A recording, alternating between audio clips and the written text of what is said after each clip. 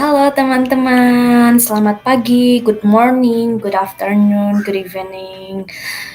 Jam berapa nih teman-teman dengerin kakak ngomong di sini sekarang? Kalau sekarang kakak di sini rekaman videonya setelah maghrib. Tapi jangan lupa harus sholat maghrib dulu ya teman-teman. Kalau ada teman-teman yang dengerinnya juga habis maghrib atau habis zuhur, habis isya atau bahkan yang habis subuh, teman-teman harus sholat dulu ya, baru belajar. Oke, let me introduce myself. Jadi nama kakak itu Fazin Nurjana, tapi teman-teman bisa panggil Kak Nana. Apa? Kak Nana, Nana. Nah, di sini kakak mau mengajarkan pendidikan bahasa Inggris dasar. Teman-teman udah belajar bahasa Inggris kan di sekolah? Diajarin sama guru di sekolah udah sampai mana nih? Nah, tapi sebelumnya kakak mau menjelaskan kenapa sih dari sekarang teman-teman harus udah belajar bahasa Inggris. Di sini kakak punya 5 poin yang teman-teman itu dijadikan alasan untuk mempelajari bahasa Inggris dari sekarang. Teman-teman sekarang usianya berapa? Ayo, pasti 7 tahun, 8 tahun, 9 tahun, 10 tahun. Nah, waktu umur teman-teman segitu tuh pas banget buat belajar bahasa asing. Karena apa? Yang pertama itu dapat meningkatkan peluang teman-teman untuk melanjutkan pendidikan atau bekerja di luar negeri. Teman-teman di sini ada yang setelah lulus SD mau kemana? Mau SMP kan? SMP atau kemudian SMA, kemudian kuliah. Nah, kuliah tuh bisa di luar kota, di luar pulau, ya jelas tentunya di luar pulau atau bahkan ke luar negeri. Teman-teman ada yang pengen ke luar negeri nggak nih? Nah, kalau pengen ke luar negeri itu harus bisa bahasa Inggris. Makanya itu ayo belajar bahasa Inggris dari sekarang. Kemudian yang kedua itu dapat memudahkan teman-teman berkomunikasi saat traveling ke destinasi wisata mancanegara. Nah, di sini teman-teman ada yang pernah ketemu sama bule-bule nggak? Yang bule-bule itu loh, yang mukanya yang ganteng-ganteng, cantik-cantik gitu kan. Nah, teman-teman misal nih lagi jalan-jalan, teman-teman misal ke Jogja, di Jogja itu tempatnya kakak belajar di sini tuh banyak banget bule teman-teman. Nah, kalau misal teman-teman lagi ke Jogja, terus ketemu sama bule, ditanya sama bule, "Hey, can you help me?" Terus teman-teman nggak paham, teman-teman mau ngapain coba? Ayo, masa lari kan gak lucu. Nah, can you help me? Itu artinya apa? Can you help me? Artinya, apakah kamu bisa membantuku? Nah, gitu. Kemudian yang ketiga, membantu memudahkan pemahaman jika teman-teman tertarik pada bidang ilmu sains. Maksudnya itu kalau teman-teman cita-citanya jadi dosen, jadi pilot, jadi guru, atau jadi apapun itu cita-cita teman-teman tuh harus bisa bahasa Inggris. Karena biasanya buku-buku pelajarannya itu menggunakan bahasa Inggris. Nah, kalau teman-teman pengen jadi dokter, pilot, tapi nggak bisa bahasa Inggris, terus gimana tuh buat mahamin buku pelajarannya? Kan harus bisa, ya kan? Nah, yang keempat, memahami bahasa Inggris memudahkan teman-teman agar tidak perlu repot mencari terjemahan atau subtitle. Nah, teman-teman suka nonton film-film ini nggak? Misal aja contohnya ada yang suka nonton film Upin Ipin. Nah, kalau Upin Ipin kan itu pakai bahasa Malaysia, tapi di situ di TV kan masih ada ini ya translate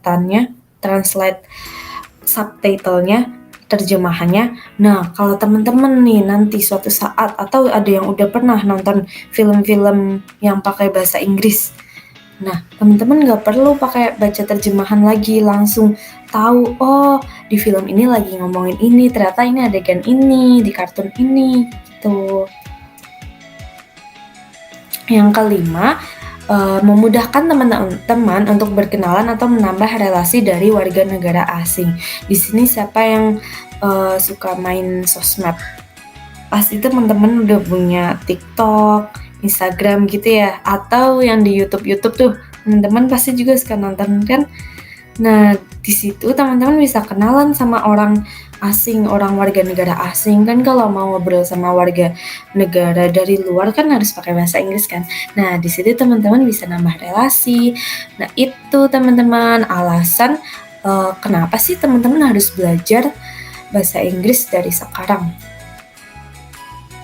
Karena ya tadi yang Kak Nana sampaikan, ada 5 poin itu.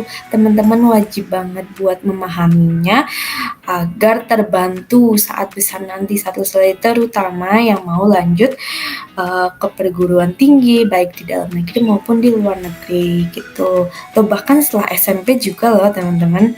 SMP, SMA itu harus bisa bahasa Inggris. Oke, sekarang Kak Nana mau langsung aja ngajarin materi bahasa Inggris ya. Teman-teman, oke, sekarang kita mulai aja ya belajarnya. Sekarang kita akan belajar mengenai expression of satisfaction and dissatisfaction. Ada yang tahu nggak kita akan belajar apa? Ini artinya apa nih? Expression, ayo apa artinya? Expression, jelas banget ya, artinya ekspresi. Satisfaction, apa hayo? Satisfaction artinya puas. And dissatisfaction. Ini ada kata dis ya, D-I-S. Berarti ini artinya tuh lawannya dari satisfaction. Artinya apa? Tadi kan satisfaction puas. Berarti kalau dissatisfaction artinya ketidakpuasan. Benar teman-teman. Ya, jadi untuk pertemuan hari ini, Kak akan mengajarkan mengenai ungkapan kepuasan atau ketidakpuasan. Jadi, ungkapan kepuasan atau ketidakpuasan itu digunakan untuk menyatakan rasa puas atau tidak puas. Ya, jelas ya, untuk menyatakan rasa puas atau tidak puas. Nah, contoh-contohnya gimana nih? Kalau contoh dari expression of satisfaction atau rasa puas, contohnya nih ada I am satisfied. Bawahnya I am very happy. Kemudian I like it. I enjoyed it very much. Artinya apa nih? I am satisfied. Artinya aku puas. Bawahnya I am very happy. Artinya apa? Aku merasa sangat senang. I like it. Artinya aku suka itu. I enjoy it very much. Artinya aku enjoy it very much. Aku menikmati itu. Nah, contohnya apa sih kalau ditanya kayak gini? Misal nih ya, pertanyaannya gini. Kapan kita bisa ngomong ekspresi puas tersebut? Misal contohnya aja kalian habis mancing nih, kalian habis pergi berlibur. Biasanya kalau berlibur ngapain mancing ya, misal atau berenang tuh di pantai.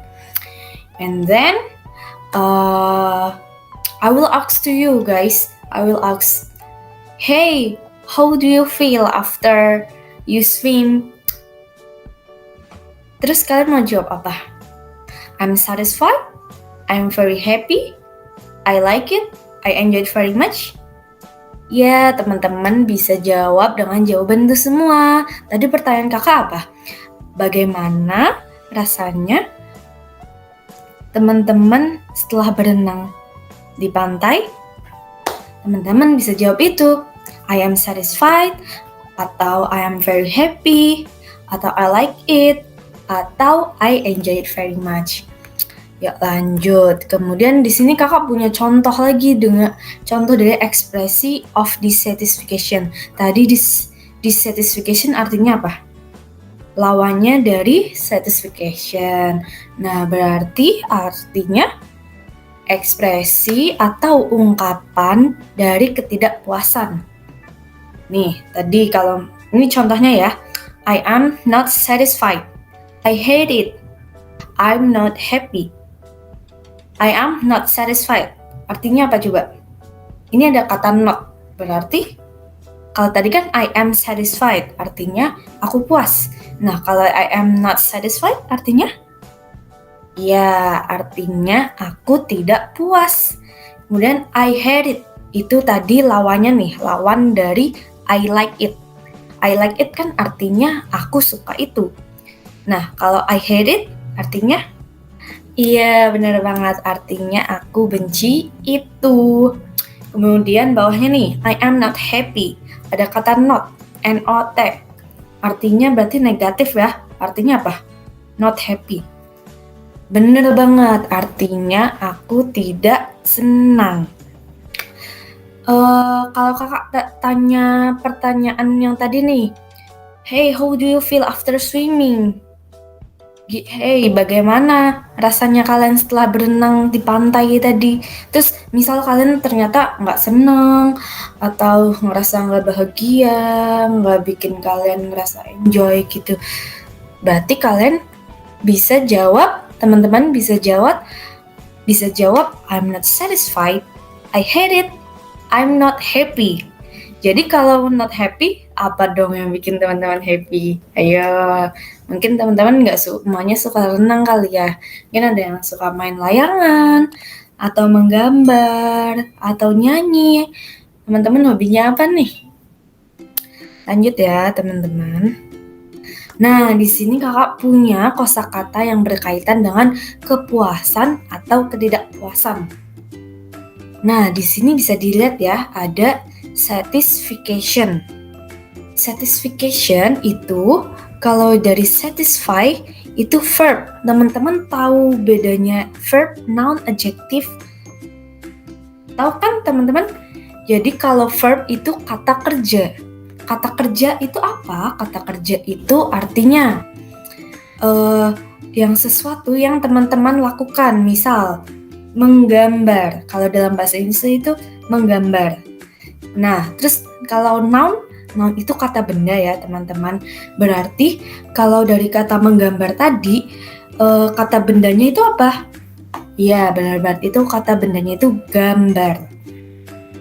Kemudian adjective. Adjective itu ini teman-teman. Adjective itu kata sifat. Kata sifat. Misalnya nih, ini kalau dicontoh ya, kalau dicontoh dari kata satisfaction, berarti satisfy itu artinya karena verb berarti membuat kepuasan. Kemudian noun-nya itu satisfaction, artinya kepuasan. Nah, terus ada adjective-nya itu satisfied, artinya puas. Jadi teman-teman kalau misal mau bilang, aku puas banget hari ini, jawabannya yang kalau dalam bahasa Inggris berarti yang benar I'm very satisfied. Bukan I'm very satisfaction atau I'm very satisfied.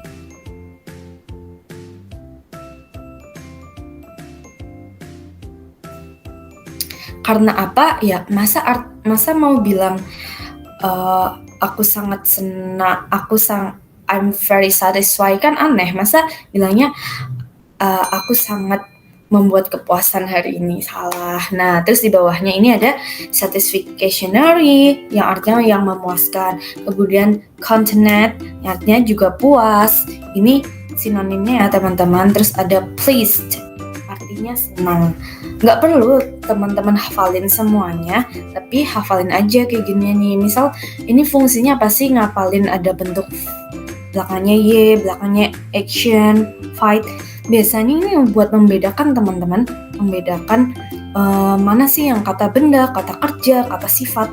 Itu caranya membedakannya seperti itu ya teman-teman.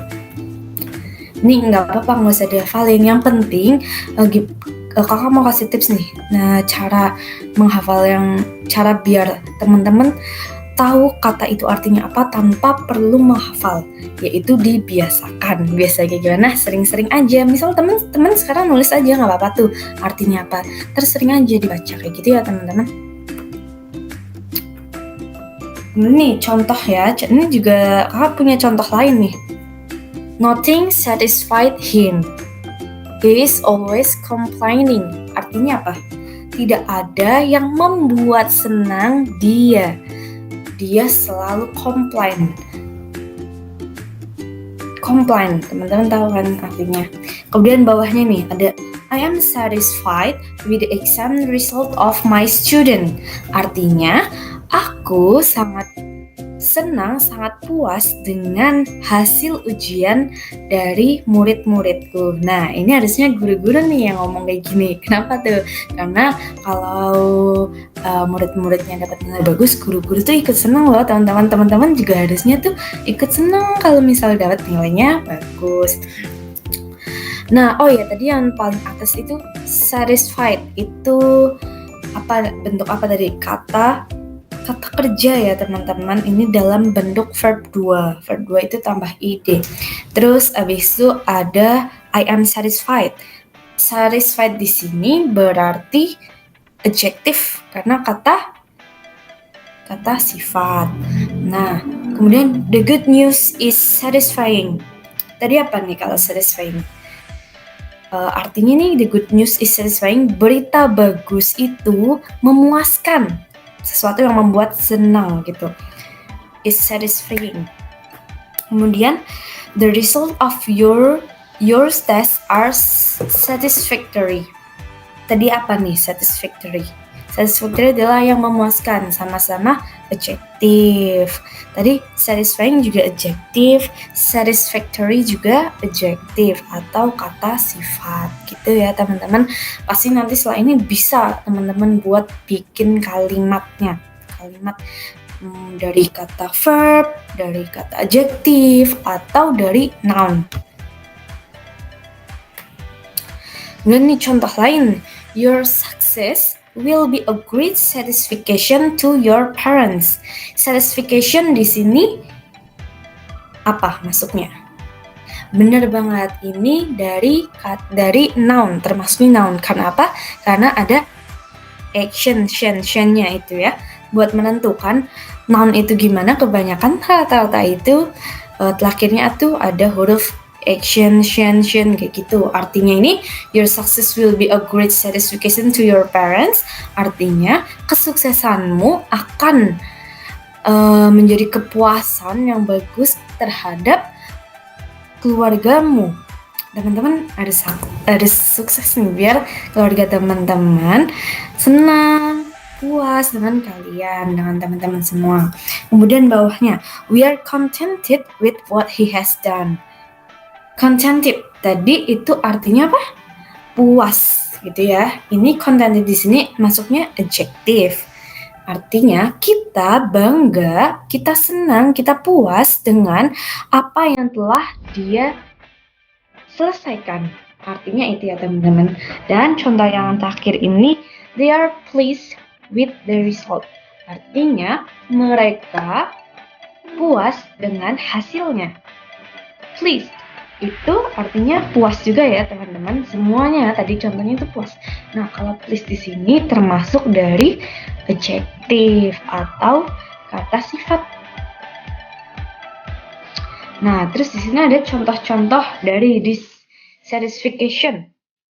Jadi kalau kata kerjanya, kata noun, adjektifnya ini ada semua nih di sini. Kalau verbnya itu tidak membuat puas, itu namanya dissatisfy. Apa? Dissatisfy. Kemudian untuk membedakannya sama ya teman-teman. Ini tuh cuma ditambahin this aja. Sama persis kan sama yang tadi di sini. Nah tuh. Ini enggak tanpa yang satisfaction atau yang puas itu tanpa this. Kalau yang ini, kalau dissatisfaction semuanya pakai this. Tadi dissatisfy termasuk kata verb artinya tidak membuat puas. Kemudian dissatisfaction noun artinya ketidakpuasan. Kemudian dissatisfied adjektif sama dengan tidak puas. Dissatisfying adjektif tidak memuaskan. Dissatisfactory adjektif tidak memuaskan. Discontented adjektif artinya sama tidak puas. Displeased artinya tidak senang dan termasuk adjektif. Rata-rata semuanya adjektif atau kata sifat ya teman-teman. Jangan lupa dicatat. Biar setelah ini sering-sering dilihat catatan teman-teman. Kalau sering nyatat itu pasti teman-teman langsung hafal nanti. Kalau sering sambil nyatat kayak gitu tuh langsung di luar kepala harusnya gitu. Nah ini contohnya. The bad news dissatisfied me. Artinya apa? Berita buruk membuatku tidak puas. Dissatisfied termasuk verb dalam bentuk 2 ya teman-teman, atau bentuk lampau. Kemudian the workers were dissatisfied with their salaries. Artinya para pekerja merasa tidak puas dengan gaji mereka. Dissatisfied di sini berarti apa? Ya, benar banget, adjektif atau kata sifat. Kemudian ada the preparation for the basketball competition is dissatisfying. Artinya apa? Persiapan untuk pertandingan bola basket itu sangat mengecewakan atau sangat tidak memuaskan. Dissatisfying termasuk apa tadi? Ayo, apa di sini? Adjective. Artinya tidak memuaskan. Nah, kemudian apa nih selanjutnya? It is really a dissatisfying preparation. Ini benar-benar persiapan yang tidak memuaskan. Dissatisfying berarti termasuk apa? Ya, adjektif, sama ya kayak yang tadi di atas, adjektif atau kata sifat. Kemudian selanjutnya, it is a dissatisfaction to know all our plans failed. Artinya apa?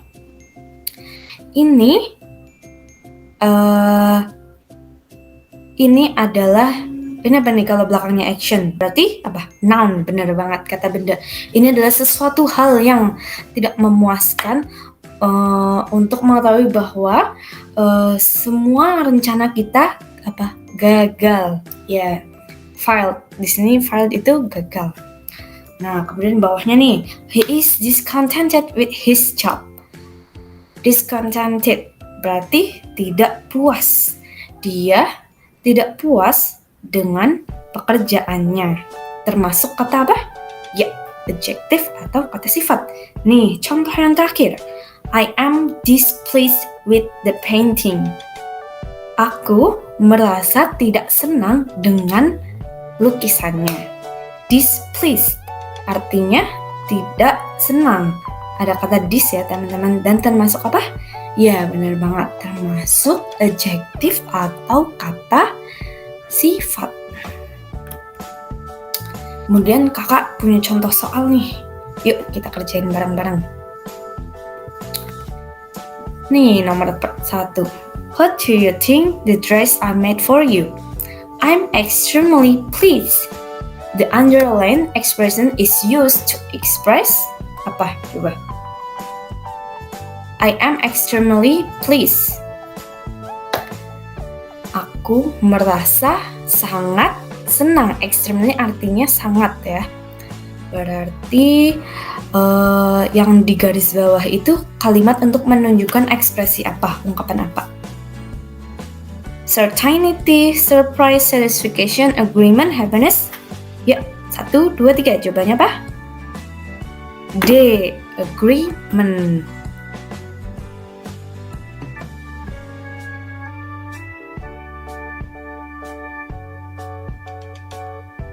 Ayo apa? Kemudian ini. What about your Aida? What about your trip last week? Agung? I felt with is the service was good. I felt apa nih? Yang benar apa? Jawaban di bawahnya, jawaban setelahnya itu the service was good. Berarti I felt titik-titik with it. Berarti harus dijawab yang adjektif. Adjektif atau kata sifat. Berarti yang mana? Ayo. 1, 2, 3. Ya, yang benar yang B, satisfied. I felt satisfied with it.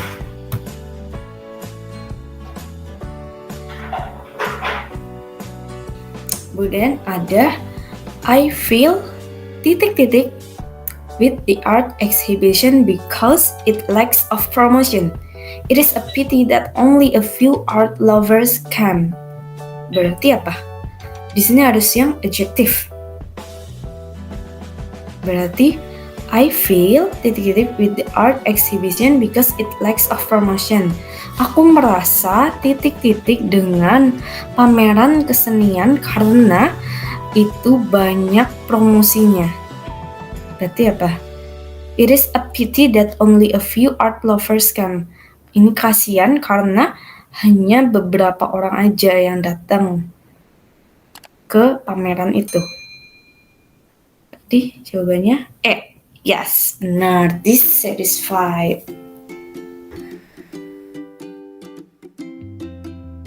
Akhir nih, what do you think of our show? The audience seems so happy. I feel blah blah blah blah. So do I. Jawabannya? What do you think of our show? Bagaimana pendapatmu mengenai penampilan kami? Kemudian ini jawabannya, the audience seems so happy. I feel titik-titik. Penontonnya merasa sangat senang. Aku merasa, nah, ya, cepetan ya. Jawabannya, I feel satisfied. Aku merasa puas. So do I. Jawaban so do I artinya aku juga. Itu sama aja kayak me too gitu. Nah, kakak udah kasih contoh ini tadi, kakak kasih 4 contoh soal ya, nggak mungkin kan kakak jelasin semuanya nih, kakak punya banyak banget nih contoh soalnya nih.